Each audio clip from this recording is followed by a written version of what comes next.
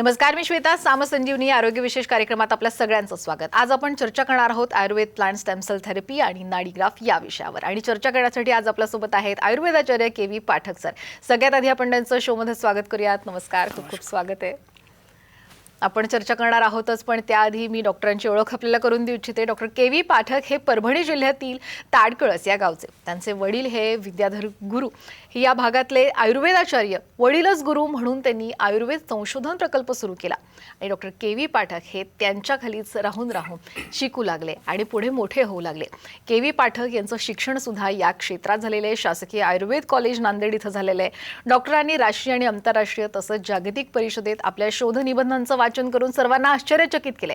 डॉक्टरांनी 6 ते 8 सप्टेंबर 2012 रोजी अमेरिकेत झालेल्या 4th international conference on medical plant and herbal medicine herbal plant stem cell therapy या शोध निबंधाचं वाचन केलं. तसंच 1 डिसेंबर 2016 रोजी कलकत्ता इथं झालेल्या 6व्या जागतिक आयुर्वेद परिषदेमध्ये प्लांट स्टेम सेल थेरपी या शोध निबंधाचं सादरीकरण करून आयुर्वेदातील संशोधनाचा पाया भक्कम केला. पंतप्रधान कार्यालयाच्या विनंतीनुसार आपल्या संशोधनाचं सादरीकरण आयुर्वेद मंत्रालय मंत्रिमंडळासमोर त्यांनी केलं आणि त्यानंतर त्यांनी या संशोधनाचा प्रकार हा सर्वसामान्यांसाठी वापरण्यास सुरुवात केली. याच विषयी अनेक प्रश्नांची उत्तर आज आपण जाणून घेणार आहोत.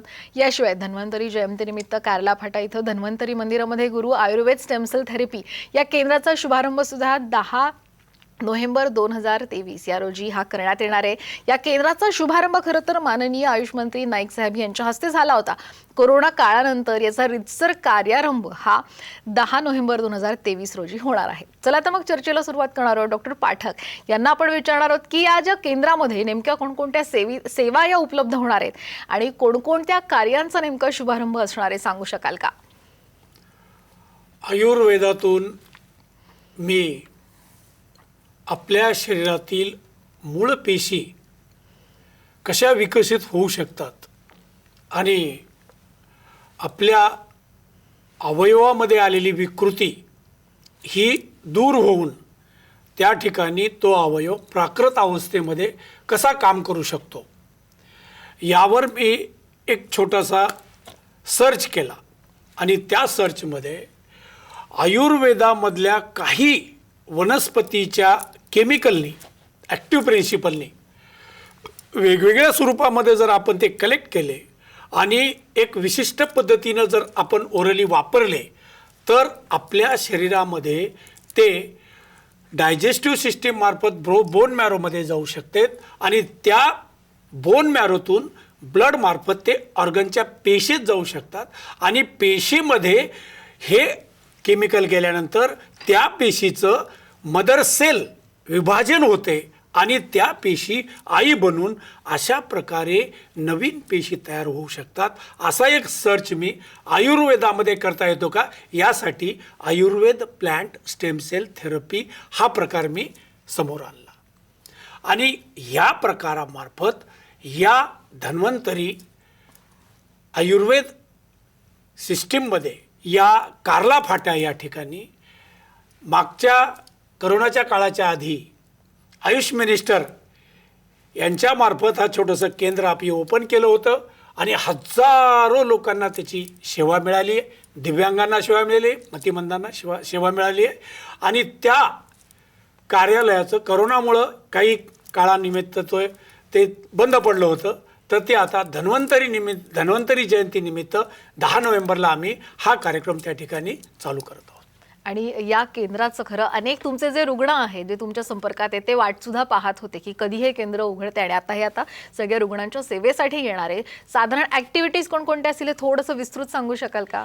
या केंद्रामार्फत आम्ही आत्तापर्यंत एक 50,000 लोकांपर्यंत दिव्यांगांना, ज्यांना जे मतिमंद आहेत, जे अंध आहेत, जे कर्णबधिर आहेत, जे डाऊन सिंड्रोम आहेत, जे सेरेब्रल पाल्सीचे आहेत, जे मस्क्युलर डिस्ट्रॉफीचे आहेत, जे ब्रेन ॲट्रॉफीचे आहेत, जे हायपर ॲक्टिव्ह आहेत, ऑटिझमचे आहेत, इपिलिप्सीचे आहेत, पॅरालिसिसचे आहेत, जे पार्किन्सनचे आहेत, ब्रेन शस्त्रक्रियेनंतर आलेली विकृतीचे आहेत, हे संतती प्राप्ती आणि पाळी नियमांचे आहेत आणि MNDचे आहेत, हिप जॉईंट नेक्रोसिसचे आहेत, नी जॉईंटचे आहेत आणि सोऱ्यासिसच्या आहेत आणि संधिवाताच्या आहेत, असे हजारो रुग्णांच्या अवयवांच्या पेशी ह्या मदर सेल डेव्हलप करून या रोगातून त्यांना आपण बाहेर काढू. नक्कीच. आता ज्या अर्थी तुम्ही म्हणत होतात की Ayurveda plant stem cell therapy याविषयी खरं थोडं विस्तृत आम्हाला जाणून घ्यायचं आहे.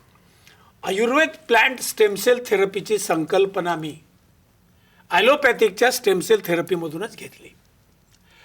ॲलोपॅथिकमध्ये स्टेम सेल थेरपीमध्ये बोन मॅरो वापरला जातो आणि तो बोन मॅरो ऑपरेशन करून स्पायनल कॉर्डमधून काढला जातो आणि स्पायनल कॉर्डमधून काढल्यानंतर तो परत इंजेक्ट करून तो आतमध्ये सोडला जातो. ही ऑपरेटिव्ह आणि फार मोठी प्रोसेस आहे. मी म्हणलं ही प्रोसेस चालू करताना आपल्याला ही प्रोसेस अशीच चालू करताना आपल्याला आयुर्वेदातून अशी काही प्रोसेस करता येईल का? मग आयुर्वेदातून मी अशी एक प्रोसेस करायला ट्रायल घ्यायला सुरुवात केली आणि ट्रायल घ्यायला सुरुवात करीत असताना मी काही औषधी वनस्पतीचे ॲक्टिव्ह प्रिन्सिपल वेगवेगळ्या स्वरूपामध्ये कलेक्ट केले आणि कलेक्ट करून ते ओरली आपण तोंडावाटे टाकून ते तोंडावाटे टाकल्यानंतर आयुर्वेदाच्या एका नियमानुसार सप्तधातू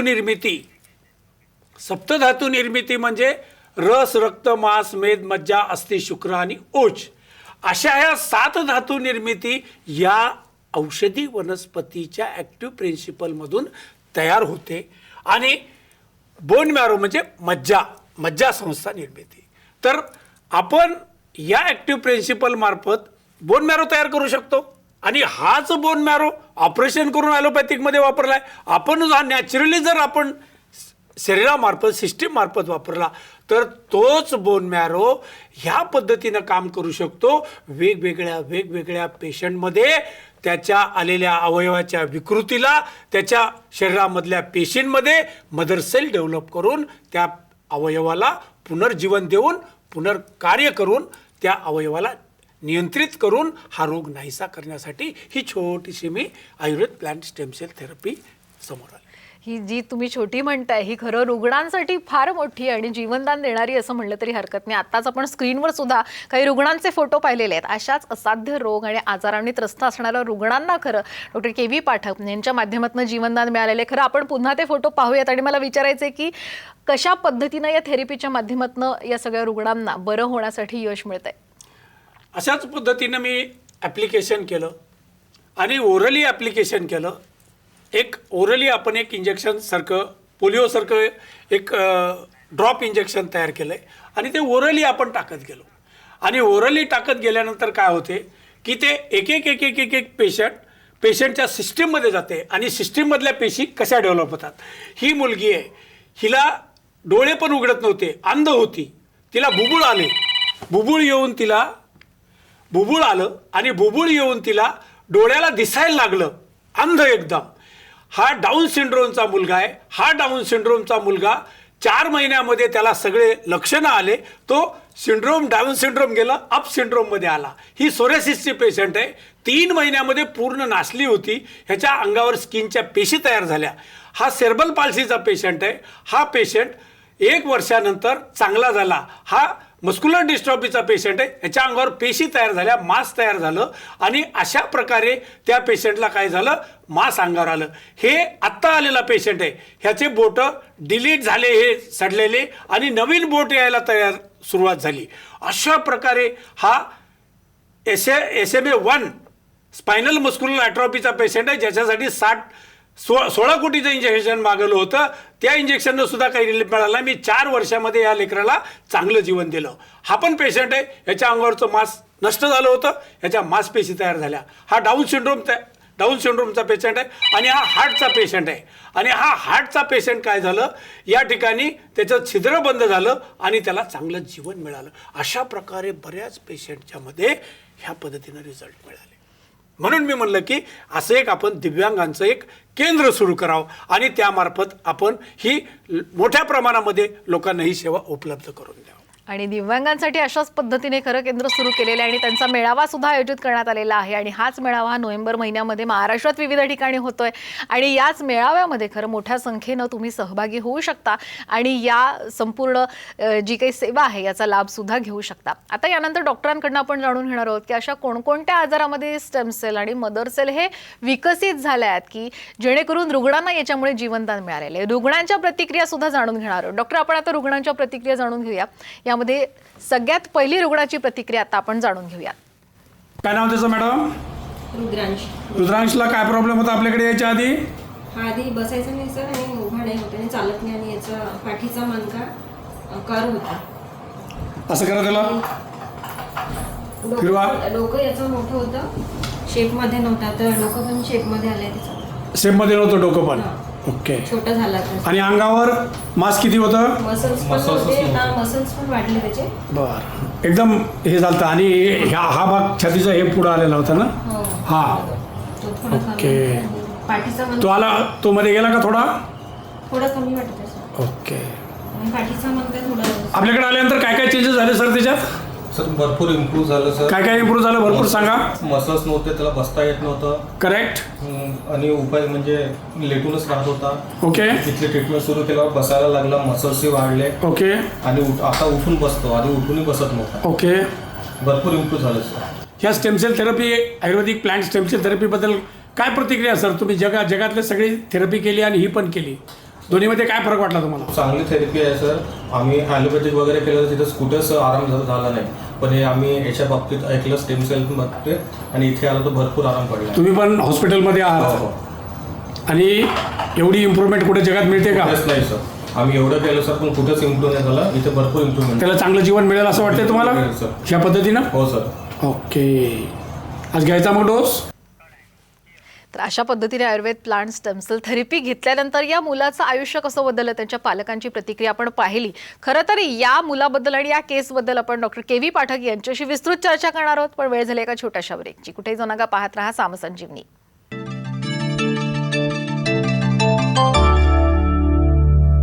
तर ब्रेक नंतर आपल्या सगळ्यांचं पुन्हा एकदा स्वागत. आपण आयुर्वेद प्लांट स्टेमसेल थेरपी याविषयी जाणून घेतोय आणि डॉक्टर के.व्ही. पाठक आपल्याला मार्गदर्शन करतात. आपण ब्रेकवर जाण्याच्या आधी डॉक्टर सगळ्यांना दाखवलं होतं की तुमच्याच एक पेशंट आहे, एक छोटासा मुलगा होता, त्याला नीट बसता येत नव्हतं आणि त्याच्या आईवडिलांची त्यांनी प्रतिक्रिया आपण जाणून घेतली होती. थोडंसं त्या छोट्या मुलाच्या केसबद्दल एक विस्तृत सांगू शकाल का? काय नेमकी केस होती? ती केस अशी होती की त्याला लहानपणापासूनच अंगावर मासच नव्हतं, नुसते हाडं, आणि झोपून होता तो 4 वर्ष. आणि तो माझ्याकडे आल्यानंतर 2 महिन्यानंतर त्याच्या सर्क्युलेशन चालू झालं. त्यानंतर त्याला जे आपण दिले त्या बोन मॅरोतून त्याच्या मदर सेल डेव्हलप झाल्या, मसल आले, मसल येऊन त्याचे ते हाडं बाहेर निघाले होते, हाडं आतमध्ये गेले, त्याला बसता आलं, खाता आलं, श्वास घेता आला आणि त्याची डेव्हलपमेंट लागलं, त्याला चांगलं जीवन मिळालं. हे या स्टेमसेल थेरपीचं लास्टचं एम आहे की लेकरांना चांगलं हेल्दी जीवन मिळावं. आपण आता दुसरी क्लिप बघूया. नक्कीच. हाच मला वाटतं तो मुलगा होता ज्याची आपण क्लिप पाहिली आणि त्याच्याबद्दल तुम्ही आता विस्तृत सांगितलं. आता दुसरी क्लिप पाहूया.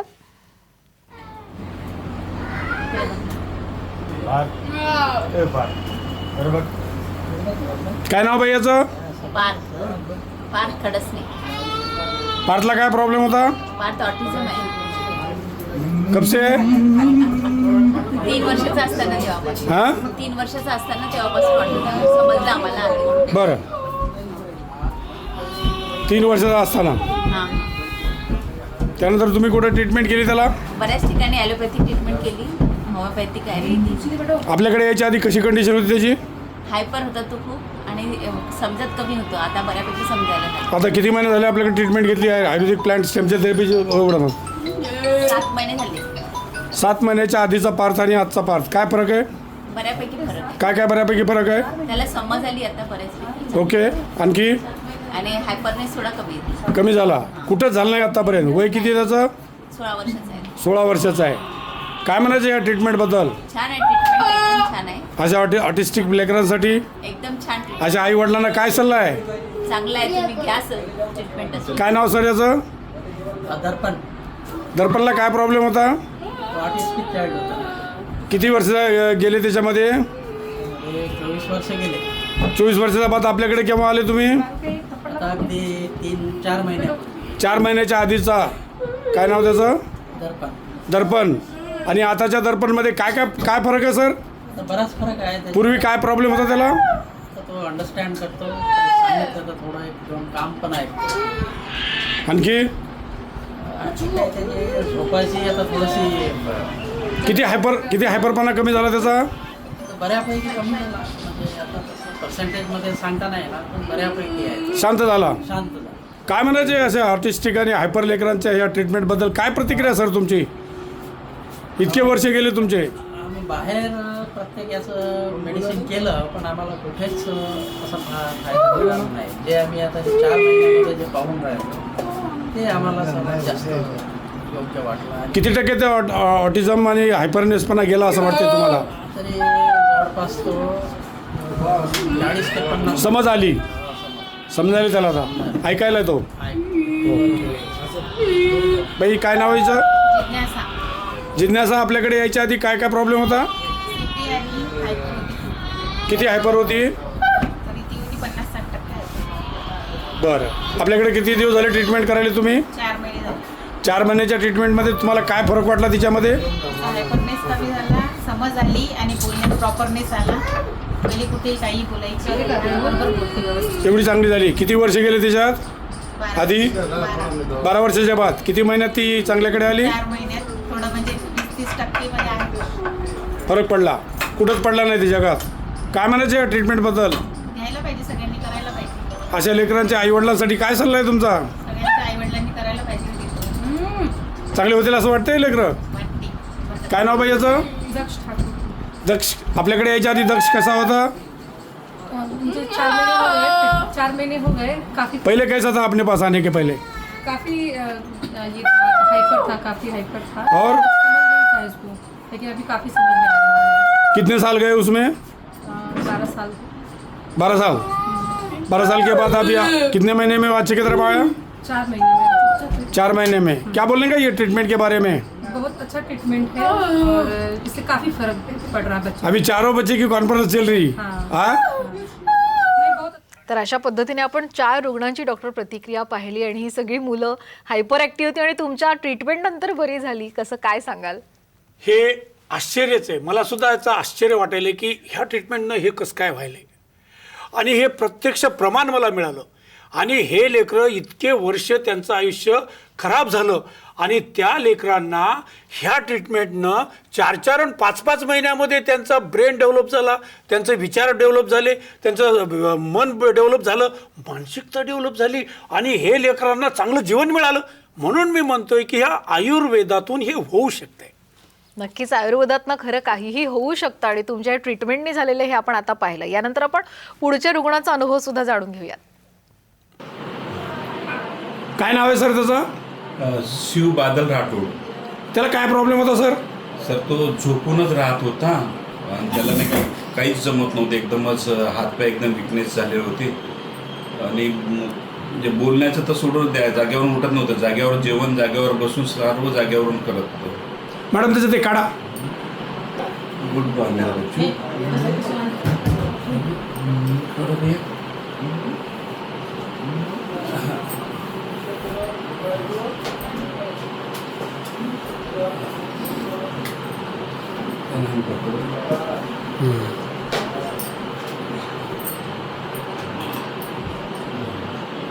मैडम क्या प्रॉब्लम था उसको? ये पूरे हाथ पैर ऐसे हो गए थे सर और एकदम वीक हो गया था. कितने साल गए उसमें? अभी 17 साल में 17 साल. किधर किधर आपने ट्रीटमेंट किया इसके लिए? पूरे इंडिया में किए. क्या बोले सब लोग? आप सब डॉक्टर, सब पैथी वाले क्या बोले?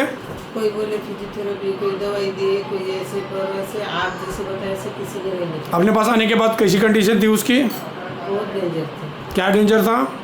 पूरे हाथ पैर गीले और ढीले हो गए थे और कुछ भी नहीं था. बैठता नहीं था, नहीं, सो के ही था. सोते थे. उसकी हड्डी कैसी हो गई थी? हाँ पूरे यहाँ पीछे से बताओ उसको एक बार. घुमाओ, चेयर घुमाओ. ये पूरा अंदर गया था, अभी थोड़ा आ गया इधर आपके कितना पास। ऊपर आ गया?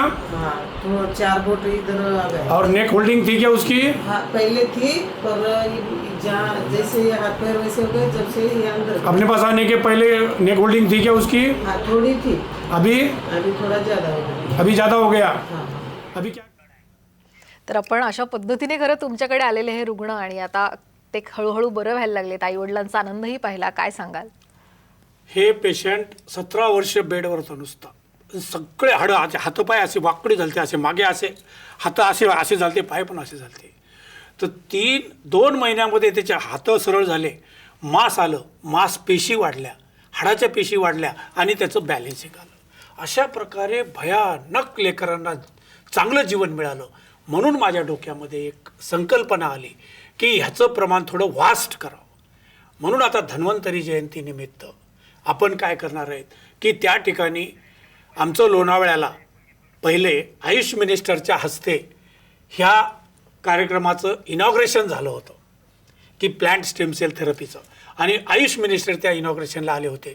पण करोना काळामध्ये काय झालं की आमचं ते सेंटर बंद पडलं आणि ह्या सेंटरमध्ये ह्या सेंटरचं उद्घाटन लोणावळा या ठिकाणी कार्ला फाट्यावर हे सेंटर आमचं, त्या ठिकाणी धन्वंतरीचं मंदिर आम्ही केलं. आवाज द्या मला. नक्कीच. मला वाटतं दाखवून देणं अशी मला पूर्ण खातेमाड करण्याची क्षमता ही आपल्या आयुर्वेदामध्ये आहे आणि ती ताकद आपण दाखवण्याची वेळ आता आलेली आहे. मी सर्वांना आजच्या या कार्यक्रमाच्या मात्रा आणि सुवर्ण भस्माच्या भावना ह्या महागड्या आहेत आणि याच्याशिवाय स्टेमसेलमधले ॲक्टिव्ह प्रिन्सिपल कलेक्ट होऊन वर्क नाही करत. नोकरीवरचा गव्हर्नमेंटमधला असलेला पेशंट आणि चांगल्या प्रकारे हे 10 तारखेपासून धन्वंतरी जयंतीपासून दिव्यांग आरोग्य विकास हा कार्यक्रम मी तिथे एक धन्वंतरीचं मंदिर पण मी स्थापन केलं आहे. ही मूर्ती भुवनेश्वरून आणली.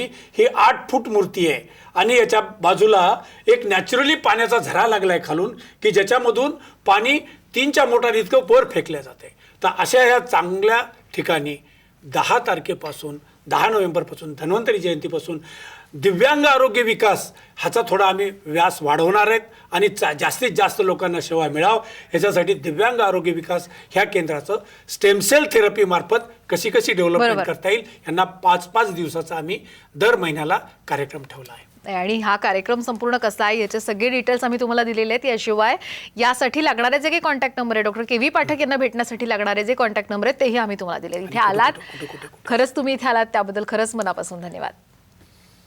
यानंतर साम संजीवनीमध्ये वेळ झाली इथेच थांबण्याची. आपण कुठेही जाऊ नका, पाहत रहा साम टीव्ही.